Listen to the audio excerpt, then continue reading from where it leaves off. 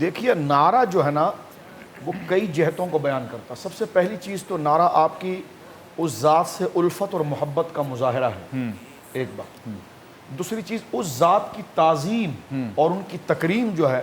وہ اس نعرے سے واضح ہوتی ہے۔ ہمارے فقہا نے لکھا ہے، مفتی صاحب تشریف فرما ہے، سارے ہمارے فتاووں میں ہے کہ جب نعرہ تکبیر اگر لگایا جائے یا نعرہ رسالت لگایا جائے، اس کی وجہ کیا ہے؟ یہ وجہ تعظیم ہے، یعنی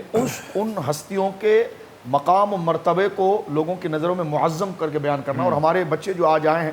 انہوں نے تو نہ قرآن و سنت کو اتنا دیکھا نہ معاملات ہے، اب یہ اس طرف آئیں گے جب دین کی عقیدت ان کے سامنے آئے گی۔ تو لہٰذا نعرے کا سب سے بڑا فائدہ یہ ہے، اور یہ فزیکل بھی ہے، لفظی نہیں ہے، یہ کوئی فلم ڈراموں کی بات نہیں ہے، یہ حقیقت ہے کہ نعروں کے بعد ان کے مقام کی عظمت و ہیبت دل میں آتی ہے، تعظیم آتی ہے۔ ایک تو اظہار محبت ہے اور ایک اظہار تعظیم ہے۔ اب رہا اس کا دوسرا مظاہرہ، تو یہ تو دور صحابہ کے اندر بھی ان تمام چیزوں کے مظاہرے رہے ہیں۔ جس طرح کہ میں خیبر کی بات کروں آپ کے سامنے، غزوہ خیبر، یہ تو حضرت مولا مرتضیٰ غزوہ خیبر آپ دیکھیں، غزوہ احد دیکھیں، غزوہ بدر دیکھیں، کون سا ایسا غزوہ ہے سوائے تبوک کے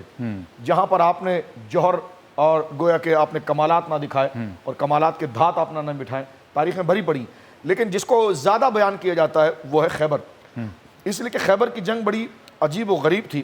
کہ جو دشمنان اسلام تھے وہ پکے قلعوں کے اندر محصور تھے، بڑے بڑے قلعے ان کے، گراؤنڈ پلس 2 3 اس طرح کے بڑے قلعے آج بھی موجود ہیں، اور پہاڑیوں کے اوپر خیبر کے، اور صحابہ کرام گراؤنڈ فلور پر تھے۔ اب کس طرح اس دروازے کو شک کریں گے، کس طرح اوپر چڑھیں گے، تو یہ بہت عجیب تھا۔ سرکار دو عالم صلی اللہ علیہ وسلم کی عسکری حکمت عملی کمال پر تھی کہ جو خیبر میں فتح ہوئی، لیکن ایک جو قلعہ تھا وہ فتح نہیں ہوتا تھا۔ اب بعض ہمارے لوگ اس کو قموس کہتے ہیں،